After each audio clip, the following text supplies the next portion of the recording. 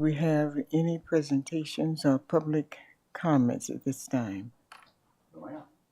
Thank you, kindly. No, ma'am. And all are welcome here. We will review the agenda items to give board members an opportunity to ask questions or make comments.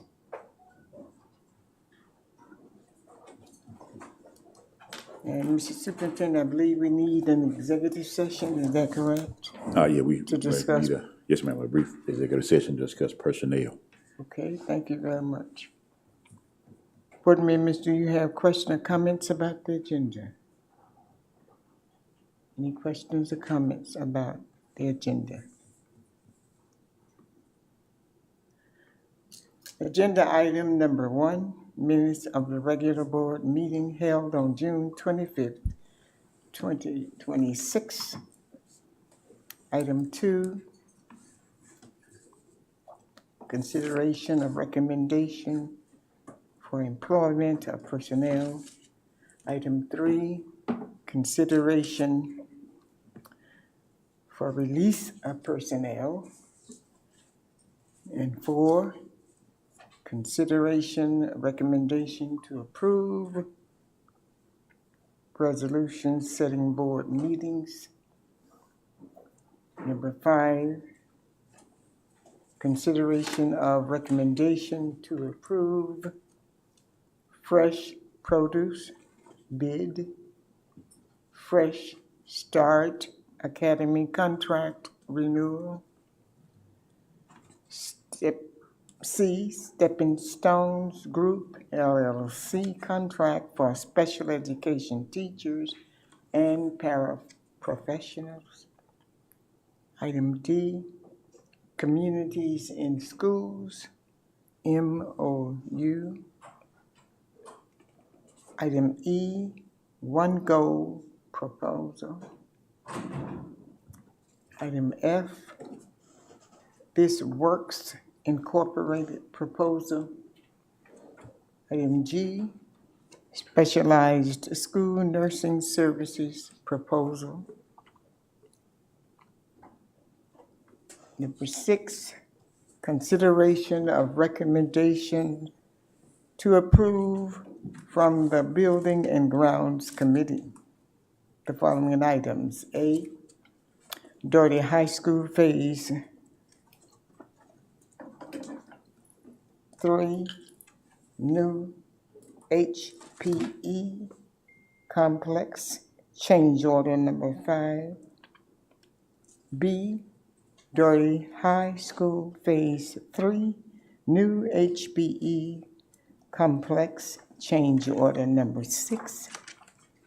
Item C, Dougherty High School Phase 3, HPE complex, change order number 7.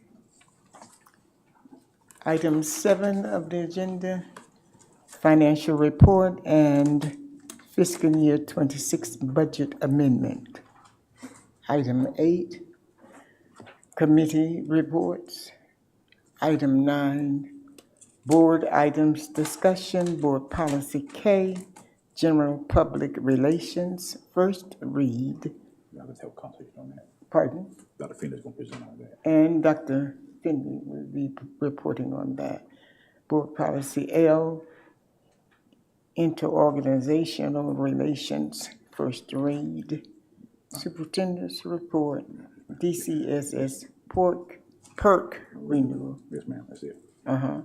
And we'll need an executive session for personnel, is that correct? Yes, ma'am. Okay. Dr. Finley, we do first read. First read. Are we going to do the first read? So we're going to go within the first read policies? At this time, we'll hear from Mr. Finley on our first read for general public relations and inter-organizational relations. Thank you, Mr. Finley, Dr. Finley, rather. Good morning.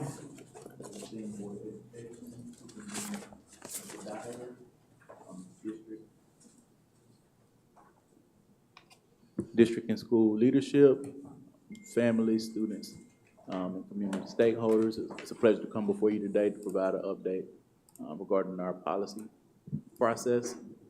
Today, you have before you Section K, General Public Relations, and Section L, Organizational Relations.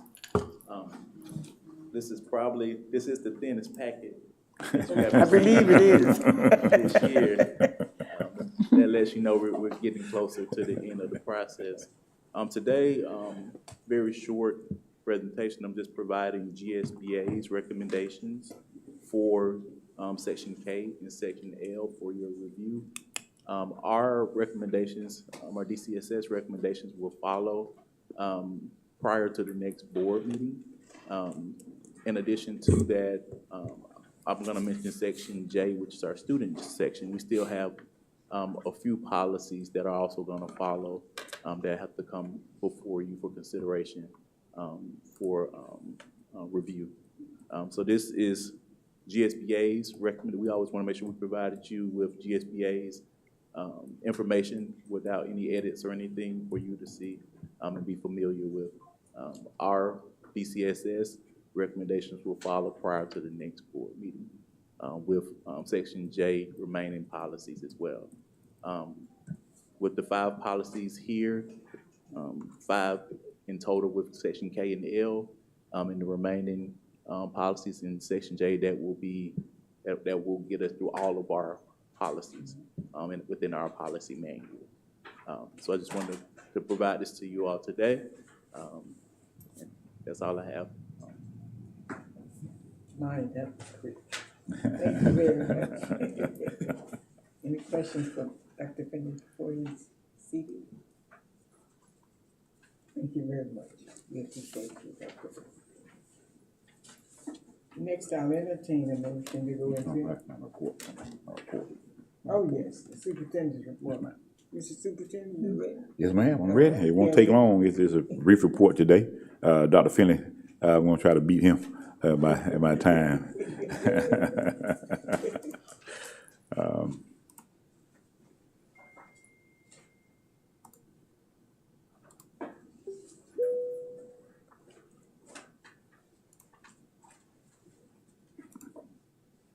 All right, Superintendent's report for July 23rd, 2026.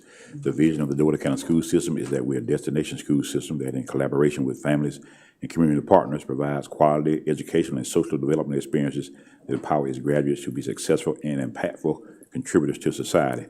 Our mission is to meet the academic and non-academic needs of our students with rigorous and relevant educational experiences that equip them to succeed in life.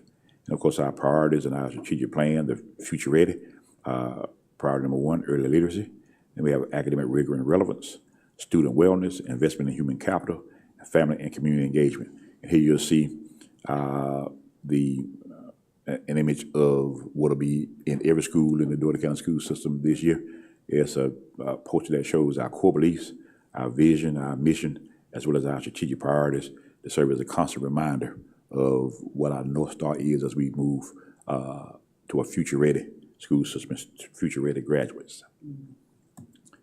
Real briefly, topics of discussion. The last 2 meetings of the fiscal year, we gave a summary of a recap of the year and the accomplishments of the year. So this meeting, we typically provide a high-level overview of our strategic initiatives that we're going to focus on this year, and adding this year our legislative initiatives. As we look at advocacy, we're going to pick that work up as the board has asked me to do. Yes, and so we've already started. We're not waiting until the session. We're starting now, as we started before now, and we're going to go over the legislative priorities that we're going to advocate, for which we're going to advocate this fiscal year. So starting with the implementation of House Bill 1193, that's the Georgia Literacy Act. We've already started that, and we'll provide an overview of all the components of that act to the Instructional Accountability Committee at a future meeting. And then we'll provide that update to the board extensively. We'll give you updates on that periodically as we do with our strategic priorities during my updates. And then I learned instructional framework as the board, the committee was apprised of that at the last meeting. We'll be implementing the learning instructional framework this year. Safety enhancements. Of course, safety is always our number one priority. Our new high definition cameras will come online this year. They're already online in several locations. They'll come online in the rest of the locations before the calendar year is up. And then we also, the evolved weapons detection systems will be in place to replace our traditional metal detectors. So we're upgrading our weapons detection systems. We also have some other items that'll be coming on board, coming online with the assist with parent pickup. We're looking at a new technology for parent pickup and a few other items for bus safety, like our crisis alert system when you press the badge and alert first responders. We're looking at adding that to our buses as well, because since all of our students have IDs and our bus drivers have IDs, we're looking at adding that as well. The DCSS employee perks. 3 years ago, we entered into DCSS employee perks as a supplemental benefit for our employees, and with the flat rate that we paid, our employees gained access just by their ID, using their ID badges, to all ASU at home regular season athletics events, all DCSS regular season athletics events, free admission for them and their families to Cheehaw Park, Flint River Aquarium, and Imagine Theater, as well as the Albany Civil Rights Institute. And we're waiting on renewal proposals. We have received Albany State's, and that has, the proposal they submitted is a reduction from the last 3 years. We have not received the proposal from the other entities yet, but I'm asking the board if you would consider, instead of looking at each one of them individually, if you would provide me with the authority to approve those when they come in, as long as they don't exceed the prior year's amount. So that's okay. When you said reduction. Yes, ma'am. We pay a flat amount for our employees to get access to these venues. That. And so Albany State this year, the proposal this year is less than the proposal of the last 3 years. They have a few home football games this year, and so it will be less than it would, but the reduction is significantly is significantly less than it was in the previous years. Thank you very much. That's exactly what I need.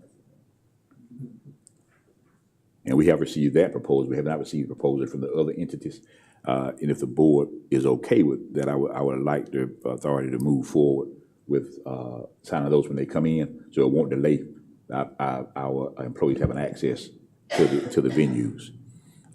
But only to the extent that they won't exceed the previous year's amount. If they go up, then we would take it to the board for approval, if that's okay with the board. Of course, we could take them each when they come. We could take each one up when they come to the board if you prefer that. May I ask a question? Yes, ma'am. Is there any problem with approving or disapproving it now? No, ma'am. Okay. When we get to the actual agenda items, okay, we can move it to an agenda item. Good morning. May I ask a question, please? Indeed. Mr. Dyer, do you have any information that will let us know the attendance to each of these, and if there are any where the attendance was so poor that we didn't get our money's worth? You know what I mean? I can pull the attendance figures that we have available. Yes, ma'am. Because I'm wondering about Cheehaw. Right. I mean, that's a question. Yeah, Cheehaw is a collective. Cheehaw, the Flint River Aquarium, and the IMAX Theater. I think the Throna Teacher, they are packaged together. A package deal. Yeah, they I forgot what they have a partnership. Okay. And so that's that one fee they provide. But I can certainly provide that if they have it available. We want to make sure that the attendance warrants renewing. Yes, ma'am. The contract. Right. Yes, ma'am. Okay. Certainly. Okay. All right. Thank you. Any other questions? Okay. Yes, ma'am. And then, of course, we'll continue with our Level Up and Villa. First Villa session will be in September. The applications will go out by next week. And then we're going to launch Parent University, which will provide parents with opportunity to insight regarding the tools that we have to assist them as they support their students, their children, and their academic journey.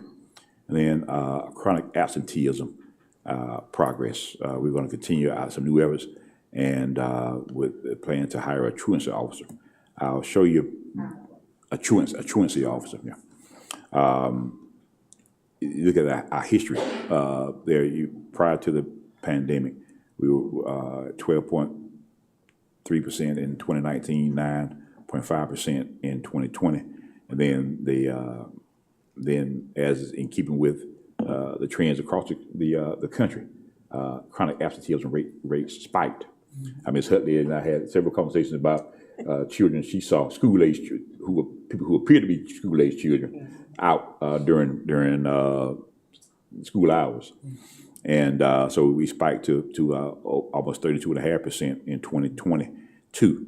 And then we began our efforts to impact chronic absenteeism. As you can see, we've had a decline, but the decline is, in my opinion, not steep enough. Exactly. And so we began efforts this year. I think I give you updates where Chief Superior Court Judge Denise Marshall chaired a community committee. Right. And so we know it's a community effort with the courts, school system, and other agencies. And so we have plans in place to impact the chronic absenteeism in our school system, and which is a persistent challenge. We're vetting some interventions right now that we'll bring to the board if they pass the vetting process to you. But I think a significant piece would be to add a truancy officer to make home visits. Yes. To ensure that students are and parents are aware of this. Dr. Hand has a question. Ms. Dyer, would this, I've noted, I think they had this on TV a couple of days ago in reference to. Would you speak into your Oh, I'm sorry, not necessarily pertaining to Dougherty County, but other counties, where they also will hold parents accountable for children. Now, will all of this be, once it's done or completed, the parents will be notified about this truancy? Yes, ma'am. Yep. The committee that started meeting last year, that's what that committee was charged with doing, putting together a comprehensive community-wide plan to impact chronic absenteeism. Again, the court system, we have a student attendance advisory board. If a student misses so many days, parents get notifications about missing so many days. Then if it gets excessive, it could end up in the court system, where parents be held accountable. Of course, that's the stick, and we want that'll be a last resort. We're trying to put interventions in place so that we won't get to that point. And so that's part of what was in place, what we put in place in terms of framework last year. I think the missing piece we have now is a truancy officer. We used to have one, and so they can make visits. Social workers can make visits, but when it gets to a certain point, truancy officers, I think, are better in that regard. And I think based on the rates that we have the volume for a full-time truancy officer on staff. Other questions? Okay, Reverend Bush has a question. Yes, thank you, Madam Chairman. I just want to echo what Dr. Hand stated, that enforcement is essential. If we're going to have similar to what we had, a person riding around in a car, that's ineffective. But I think that enforcement, as she stated, is so essential, and I don't think you have to be mean, but I think that you have to be firm to let the parents know that we are concerned about their children not going to school. Thank you. Thank you. Other questions?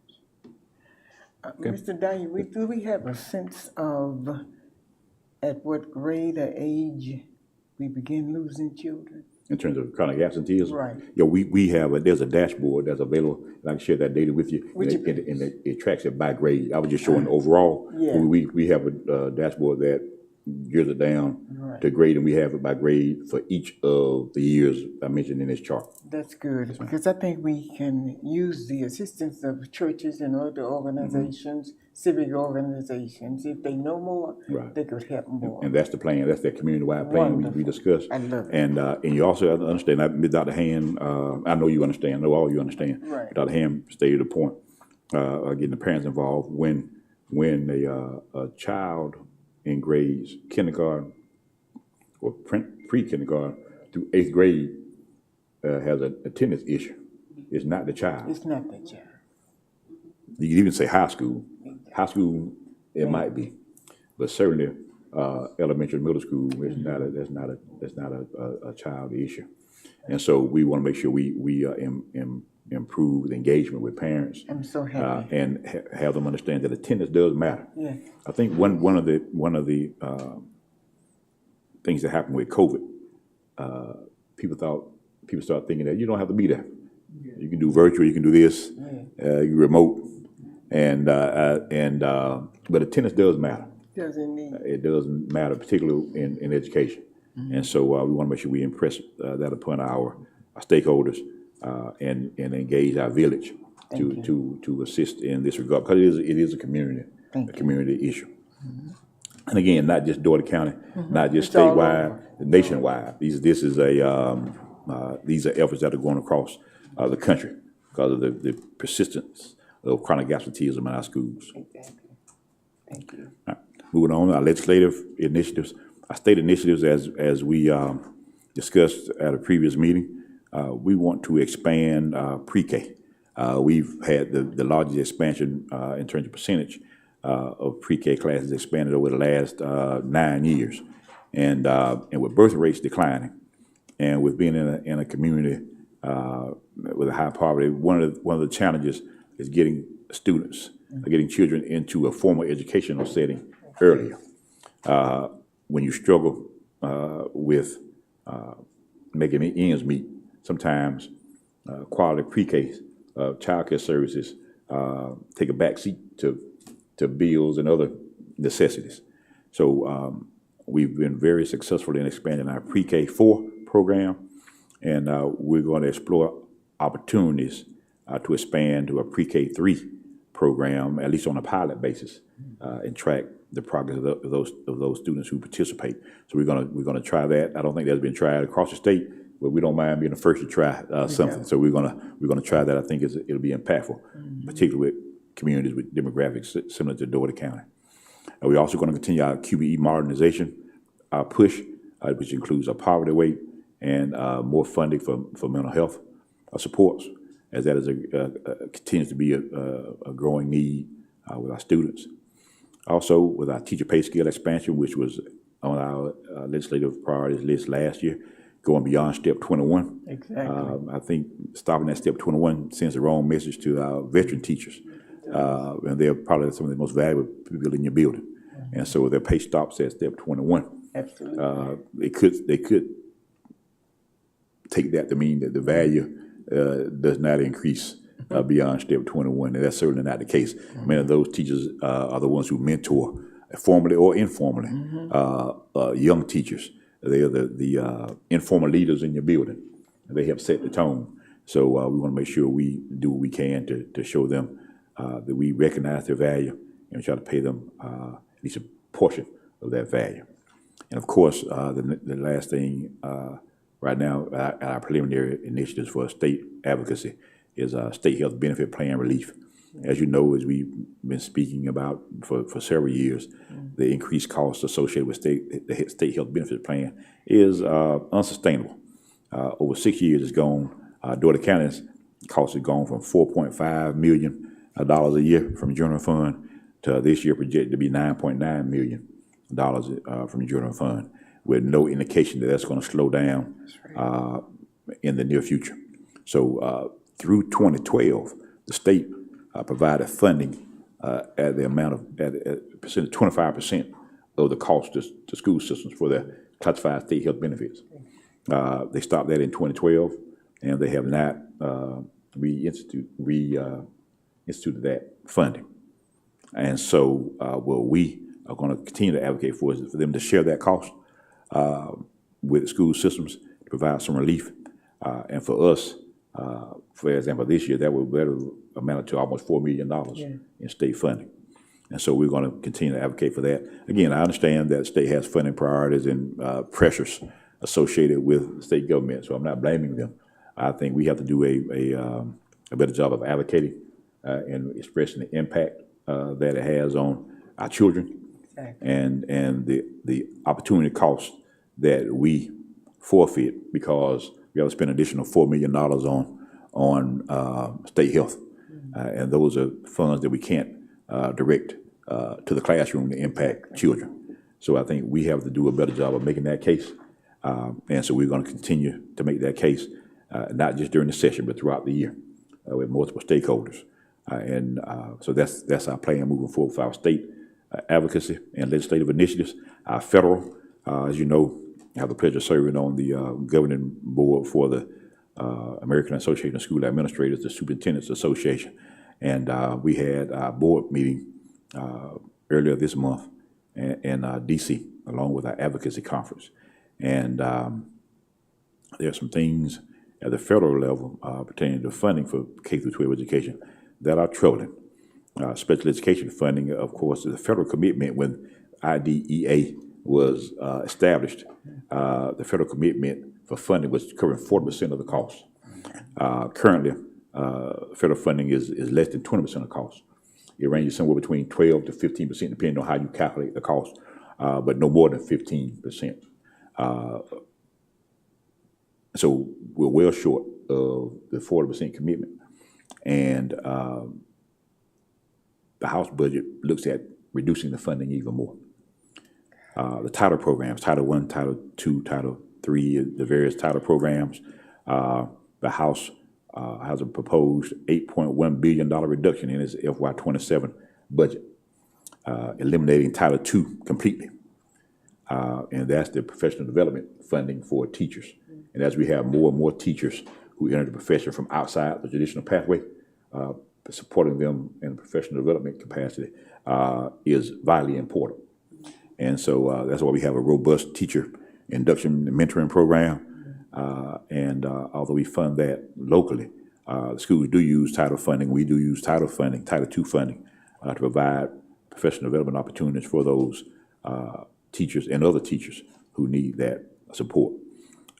So with an $8.1 billion reduction in the title programs, that would be have a significant impact on local school systems throughout the country.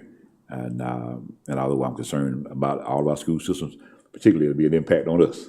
And so we're going to keep that on the radar and continue. And I was able to meet with several members of the staff of several members of the Georgia delegation, Senator Warnock's office, Senator Ossoff, Representative Bishop, Representative Nakima Williams, Representative Hank Johnson, Representative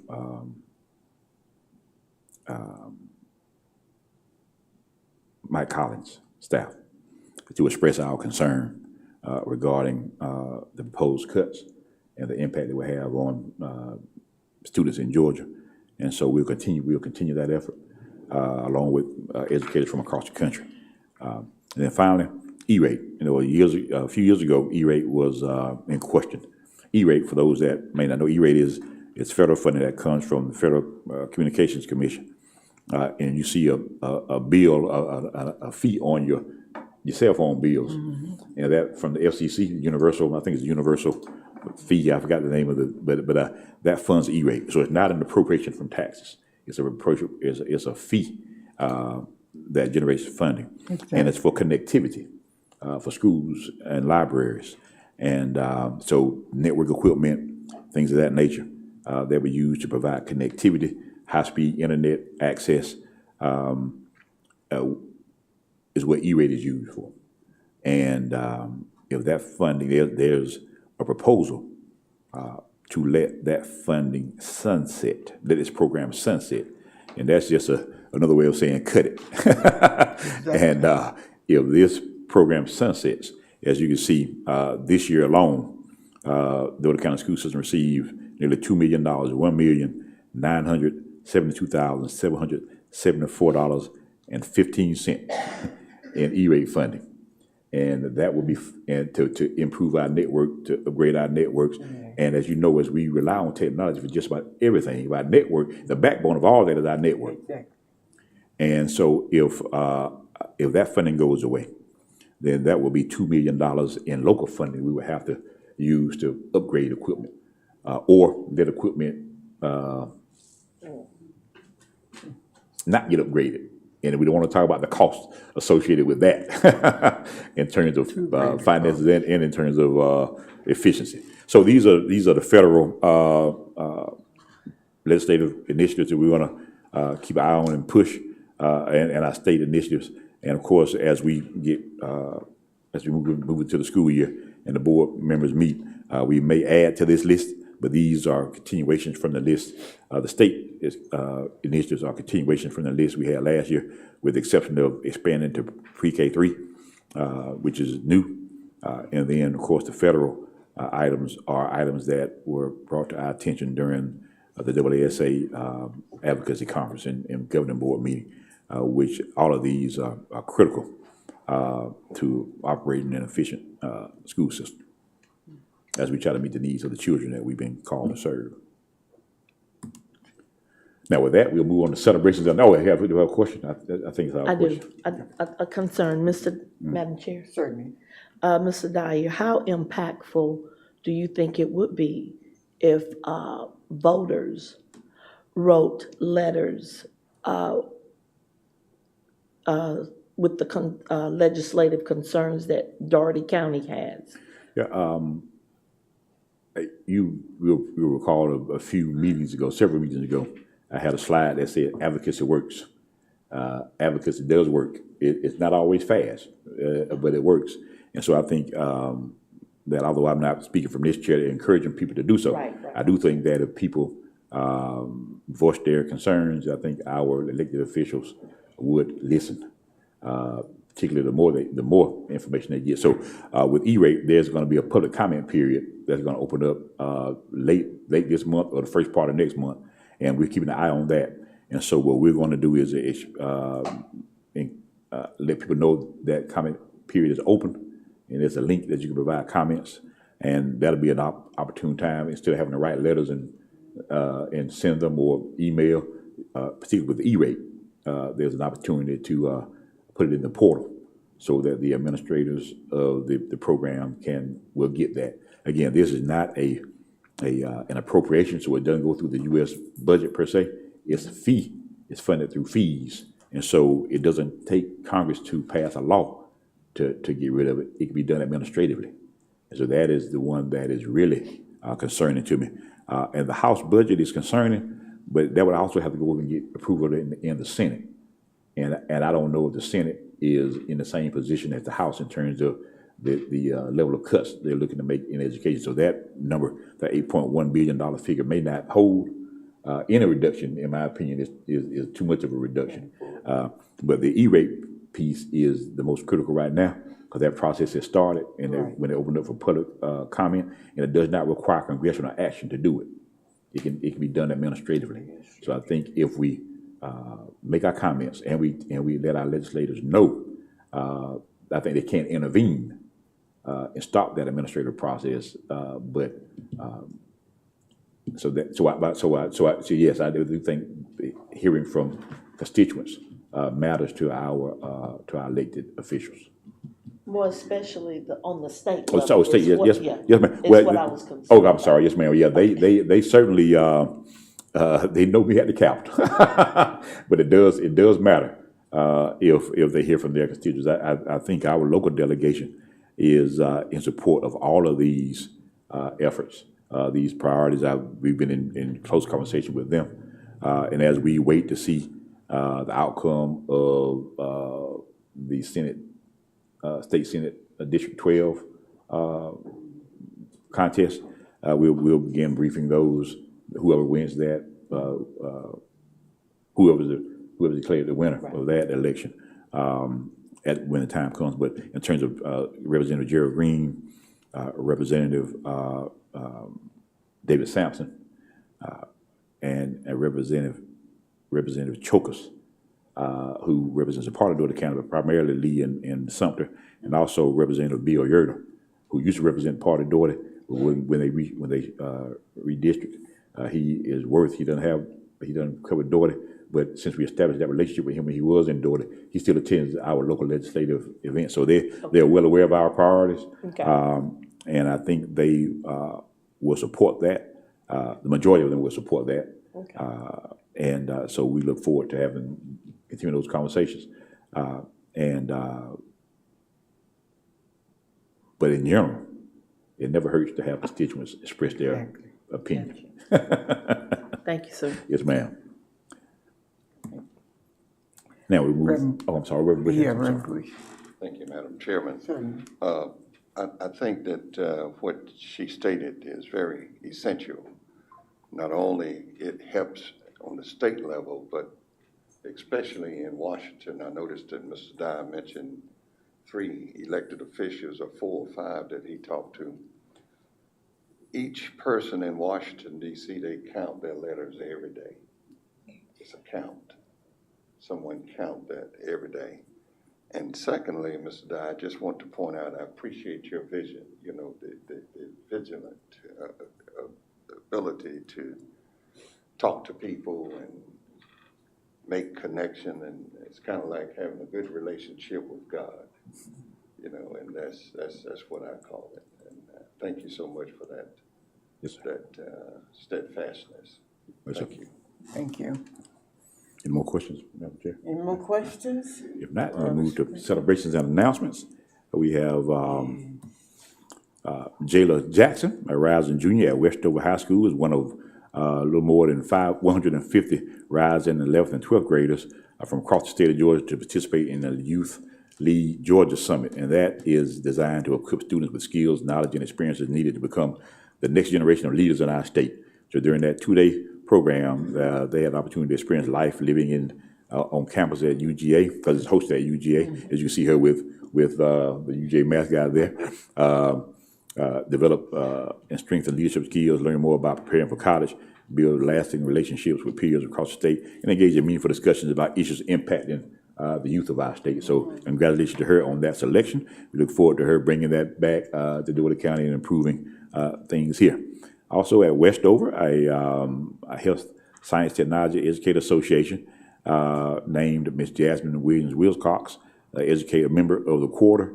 And she serves as a health science teacher at Westover, and she's been doing that for 11 years. She's also the host of Health Occupation Student Advisor, Association Advisor, and serves with the Red Cross Blood Drive leader, and several other things she serves in at Westover. So she is certainly to be commended for this honor. That's also once a quarter across our state.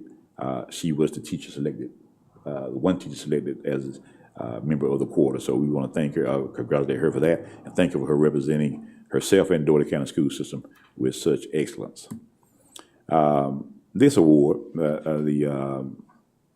you may remember a couple of years ago that our logistical services department, particularly our procurement section of our logistical services department, one of the first achieved the first ever excellence in procurement award for the Dougherty County school system, and it's recognized as a nationally premier award, recognized nationally rather as a premier award for procurement for public organizations and not-for-profits. It recognizes organizational excellence in public procurement through rigorous evaluation and innovation, professionalism, productivity, leadership, and e-procurement practices. And so, for the second time, our logistical services department has achieved that award. So the two-time winner, and out of 251 public and not-for-profit, well, they're one of 251 public and not-for-profit organizations that achieved this award out of the thousands that exist throughout our state and throughout our country, rather. And again, it's their second time.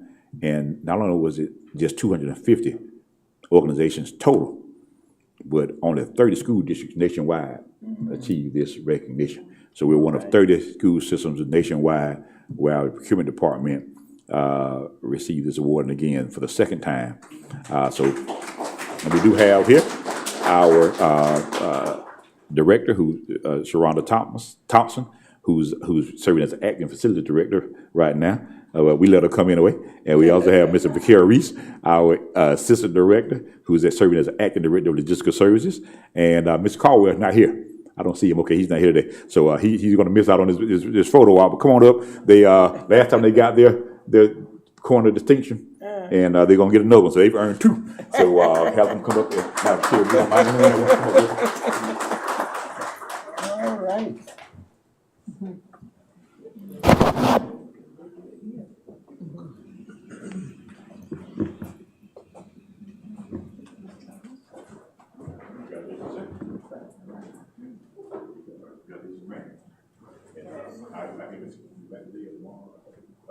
I'll bring it to him.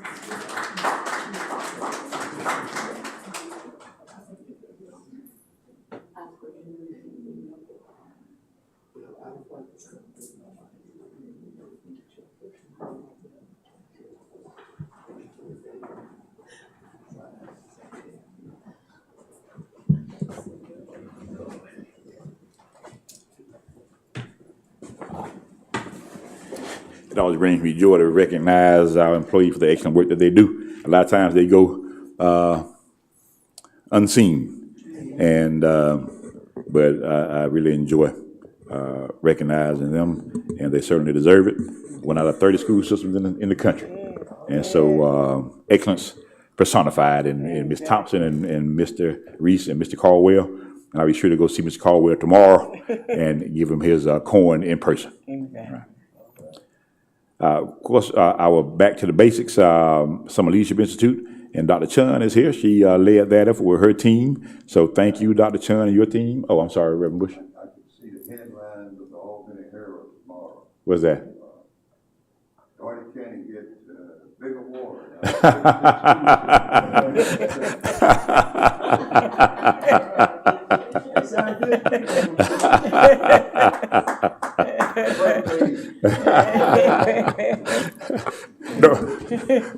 No pressure, no pressure, no pressure, no pressure.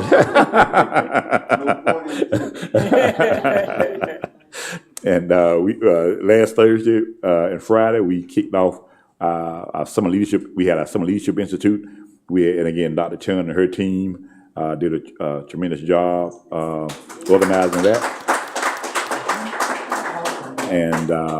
And we had some very good comments, feedback from that session. We talked about operations. We also talked about instruction, teaching and learning, which is what we are in the business of, and very rich discussion, rich professional development.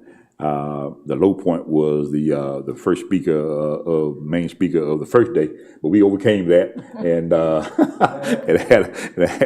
had a for the first day was great. had a good conference despite the underachievement of their first speaker. But truly we had a great time. We enjoyed it, and thanks again for the work that you and your team did to pull that off, provide us with rich professional development and getting us ready to lead in this new school year. Thank you again. Awesome job. We had a new teacher orientation that Friday of the Institute, and I was able to go by and speak to a few of our first-year teachers, first-time teachers. So they were at 4C, they were close, so I was able to go by there and speak to them, and they were excited, and I told them, stay excited. And when things get tough and you wonder whether you should stay, remember why you started. It's about the children. And I told them it's a rewarding job, but it can be a challenging job. And that's why we provide the mentorship, the induction program that we have, to provide them with that job embedded support. Because as you all know, we have 4 former teachers. You know, those first 3 years can be kind of tough as you get acclimated to it. And so we try to make sure we provide them with support. And they were excited, and I hope that they will remain excited. We do everything we can to provide them with support and continue our 90+% retention of our induction phase teachers, which is, I think, is a result of the robust teacher mentoring and induction program that we offer. Mr. Dyer. Yes, ma'am. Madam Chair. I'm sorry. May I? Indeed, Dr. Ann. Mr. Dyer, do we have many teachers or new teachers coming in from other countries like we had? We have a few. Exchange? Yeah, we have a few. I don't know the percentages, but I can get those if Would you you want to. Yeah, I please? can. Yes, ma'am. Okay. Okay. All right. Any more questions? Any other questions? If not,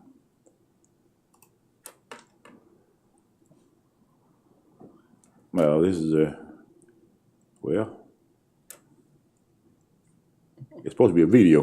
I know, but this is the back to school event from last year, and you see the video. We have had a good time with that, and so the back to school kickoff this year will be held tomorrow.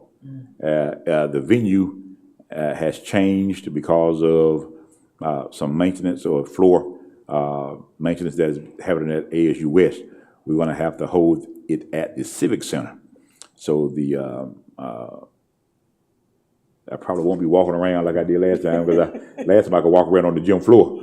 At the Civic Center, I have to go walk up and down those aisles, walk up and down the stands. I don't think I can do that and keep my breath. So it'll probably be a little different energy. Still gonna be some good energy, but it'll be a little different. But we're gonna hopefully we'll be back at Albany State next year. But we didn't want to not have it. It's a good opportunity for us to get together to kick the year off with all of our employees, and we certainly want to enjoy that. And we have a few recognitions we're going to make there, a few surprises, and we look forward to that kickoff, and then maybe back to work after that.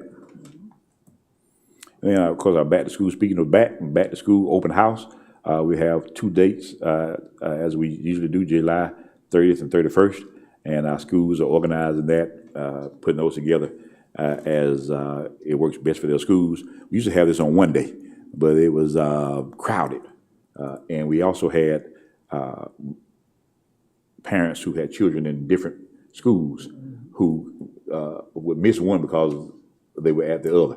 So we expanded the 2 days several years ago, and we got good feedback from that, so we're continuing that. Make sure that parents get what they need in terms of getting their students ready for back to school. Any questions, Madam Chair? I have none. Are there any questions from my board members? Thank you. And thank you, Mr. Dyer, Superintendent, for a superb job always. You're thorough, and you answer questions that we ask, that we pose. You also do the research that keeps us second to none as far as school systems are concerned, and ever improving. Okay? Madam Chair, Indeed. may I ask, Mr. Dyer? Yes, you may ask introduced him a the question. Interim Director for Facilities, and the Assistant Director, I didn't get his name. Well, Ms. Thompson is the Director for Logistical Services. Yes. Because of the transition, she's serving as acting Facilities Director right now for a brief period of time. I promise, Ms. Thompson, brief period of time. and Mr. Vaquero Reese, he's the assistant. He's the Assistant Director for Logistical Services, but he's serving as an acting director while she serves as acting director in facilities. Okay. Yes, sir. I just didn't get his name. Yes, yes, sir. Yes, sir. So thank you. Yes, sir. Thank you. Other Mr. Pierre, he's all the way from Augusta, Georgia. Thank you so much for your service. All right. Next, I'll entertain a motion, am I right? Yes, yes, ma'am. Superintendent? To go into executive session. Madam Chair, Dr. Hand? executive session at this time. Discuss personnel. We have a motion on the floor from Dr. Hand that we go into executive session on the matter of For personnel. personnel. And there's a second from Dr. Fennessy. Yes. All in favor, say aye. Aye. All opposed, say nay. The ayes have it. We are now in executive session. Thank you very much.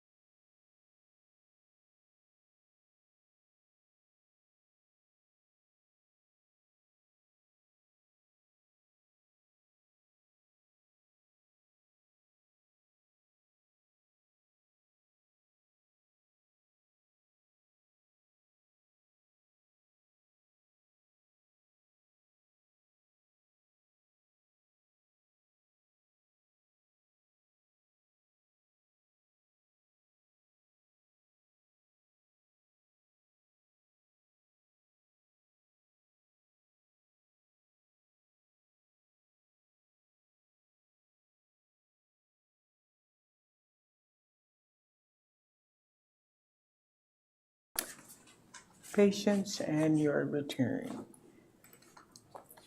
And at this time,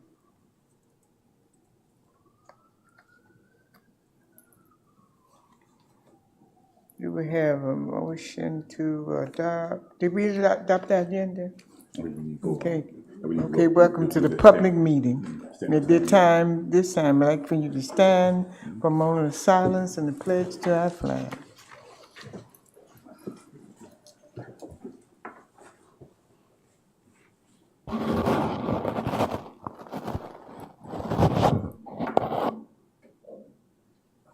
I pledge allegiance to the flag of the United States of America and to the republic for which it stands, one nation, under God, indivisible, with liberty and justice for all. All right. We welcome you to the public to the regular meeting of the board at this time. The meeting is herewith called to order. Anyone to stand for, okay, all right, the moment of silence. Now, Mr. Superintendent, do we have any public comments or presentations? No, ma'am. This time, we don't? No, ma'am. All right. May we please have a motion to adopt the agenda?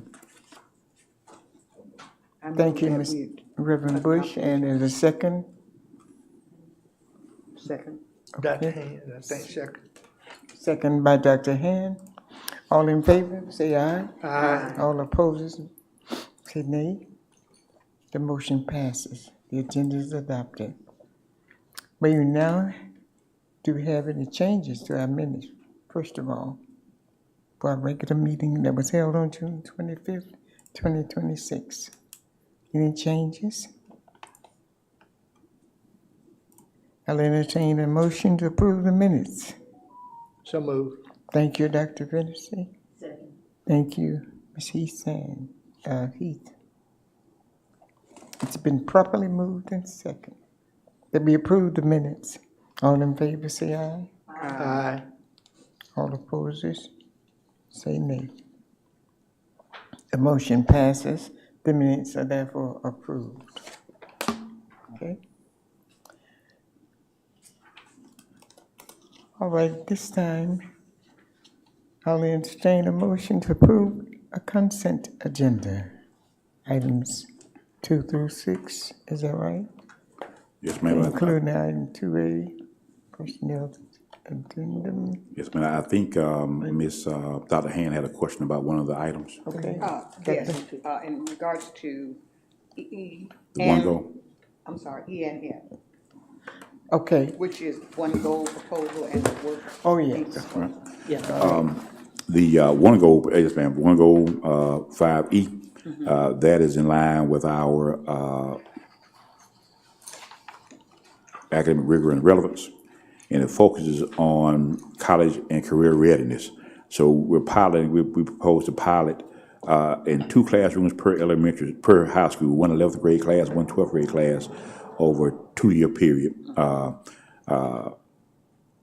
One goal, which has been primarily in Atlanta, in the metro area, and this will be the first location outside of the metro area where they work with students on with individualized coaching and ongoing support to help students prepare, develop post-secondary plans, and they work with them in completing their college applications, and they track them through the first 2 years of college. That's the flagship program. They also provide a post-secondary survey. So we track our graduates after they complete high school, and we find out what they're doing after high school for a period of years, so we'll know what our graduates are doing after high school. That's a data point that we were asked before, and we don't capture that data. And so one goal has been doing that for several years in the Atlanta area, and so we asked them to provide those services to us so that we can we have evidence to show our graduate success, our student success beyond graduation. That's the survey portion. The other portion is a pilot to look at their preparation, helping students prepare for the transition for enrollment into a post-secondary or employment in a high demand, high demand, high paying pathway, career pathway, enlistment in the military or entrepreneurship. So they are a college and career readiness organization that provides comprehensive services to students by cohort.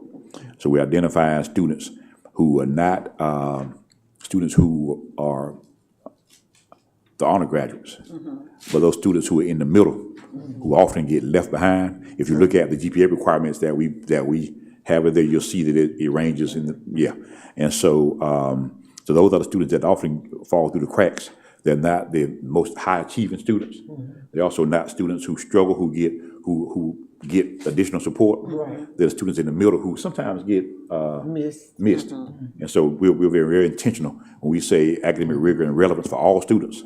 We mean all students, and we do recognize that we have a group of students that sometimes get missed, and we want to make sure we provide support for those students as well. That's what the one goal piece is. Okay, Mr. Dyer. Now, all students will be considered, I know this, and the background is doing with the free and reduced lunch, no race is required, and first generation college students, okay? My question is, will they be in certain classes, or there's teachers who will help these students? Yes, ma'am. What happens is that there are 2 classes per high school, one 11th grade class, one 12th grade class. And so they will follow those students through a cohort model. Okay. And they will train a teacher of our choosing and the one goal curriculum. And they'll provide the support every day in the classroom, but then the resources from one goal will also be leveraged when we have tours and things of that nature. Then we use the one goal organization, we'll organize those activities for those students. And they're research-based activities that have, after a decade of service in Atlanta, they were looking to move outside the Atlanta area with school systems with similar demographics. And so we're the first outside of Dougherty County to explore this option. And I think it's important for those students, as you see the students that are the I won't say the target students, but the students that who are eligible to participate. The grade averages range typically between a 2.4 and a 3.4. So just under 3.5 undergraduate, but and above, just below a 2.5, and that's the group that sometimes gets missed. Okay. Okay. And I think you want Yeah. just to address the works program. Right. As we discussed once before, this is an effort to address our disproportionality with special education. We are required to provide interventions to offset the disproportionality with our special education students. And so this is an intervention as well as a professional development initiative to work with our students, but also, more importantly, work with our educators on how to intervene address students without the suspension. Because when we say disproportionality, we're talking about disproportionality for suspensions for students with disabilities. And so this is in response to the disproportionality. Yes, ma'am. I've been doing my homework. Is there another? What? Go ahead, now finish your question. The other one is pertaining to, question that I have, Mr. Dyer, is pertaining to the resolution number 2026. What item number is that? Agenda item number? It's item number 4. 4, okay. Consideration recommendation. Oh, yes, ma'am. Resolution. Okay, I noticed on that, the resolution down on section 1. I'm wondering, and I may be wrong, I'm wondering where it says the Dougherty County School System, Dougherty County Board of Education shall hold its regular meeting, briefly session, et cetera, et cetera. And then it has, Monday of each month on the Board of Dougherty County School Administration, 200, et cetera. Should it not be or other locations to be determined as needed? Yes, Actually have ma'am. it down in section two? It should be, we added that in the public notice Okay, section, the sheet behind it. If you look at the sheet behind it, we added that in the public notice section. okay. But we certainly could add it to the resolution as Yes, well. yeah, I really Yes, ma'am. think that should be added. Okay. Okay, Yes, ma'am. okay, that's all, thank you, sir. Madam Chair, Indeed. Mr. Dyer, Yes, ma'am. who's in charge of the This Works program? Where does this come from? That is a organization that's based out of Columbus, Georgia, and we partner with them on several initiatives, with our Gear Up program, with our PBI, with our Project Prevent, and they also work with us on our restorative practices implementation at our secondary schools, and so we have a long-standing relationship with This Works, and they specialize in working with student support type of initiatives. Okay, now, do we have any data for the restorative practice? Yes, ma'am. We have results I of presented that at a meeting in the past, and I'd be glad but I can provide the most updated information. I think it was last year when we presented some data from the previous year. So we'll be glad to provide that update at our next meeting if you would like that. Okay, because I was just looking at the bottom line, $147,000, and wondering how effective this is going to be, and, you know, based upon past relationships or contracts with this, I think I'm seeing the email, Flowers. Right. Okay. So he has several businesses, I'm assuming? No, he has, This Works is the organization. He's had several contracts with us, as well as other school systems throughout the state and in Alabama. So he's out of Columbus, Georgia. Right. And he's provided, again, work with our restorative practices, with our Project Prevent, with our Gear Up program. And so his work has been quality work since his time being engaged with Dougherty County. But I'll be glad to share those figures with you, considering the restorative practices and the lost and the saved out of school absences that we have as a result of our restorative practices. And of course, you know, restorative practices is a part of our charter we have with the state of Georgia. Okay. I had an encounter with the restorative practice piece of that, and it has a lot to be desired. Was that operated through his organization or through Yes. our school? Okay. No, it was through his organization, my grandson. Right, okay. We went through that. So I just want to make sure that, you know, we're being good stewards of the finances that we're in charge of. And like I told you previously, I like to be knowledgeable before I vote. Right. Yes, You ma'am. know, because it has a lasting impact on our district and our students, and they are number one.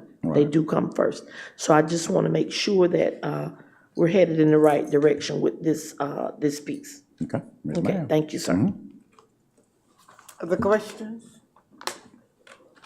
Okay, thank you for your questions and your response, Mr. Superintendent. All right. I will entertain a motion to approve. So, Madam Chair, are we gonna keep it on the consent agenda, or do we need to pull it out for a separate vote? Madam, Ms. Heath? I'd like to consider it on the consent agenda. Okay, all right. Okay.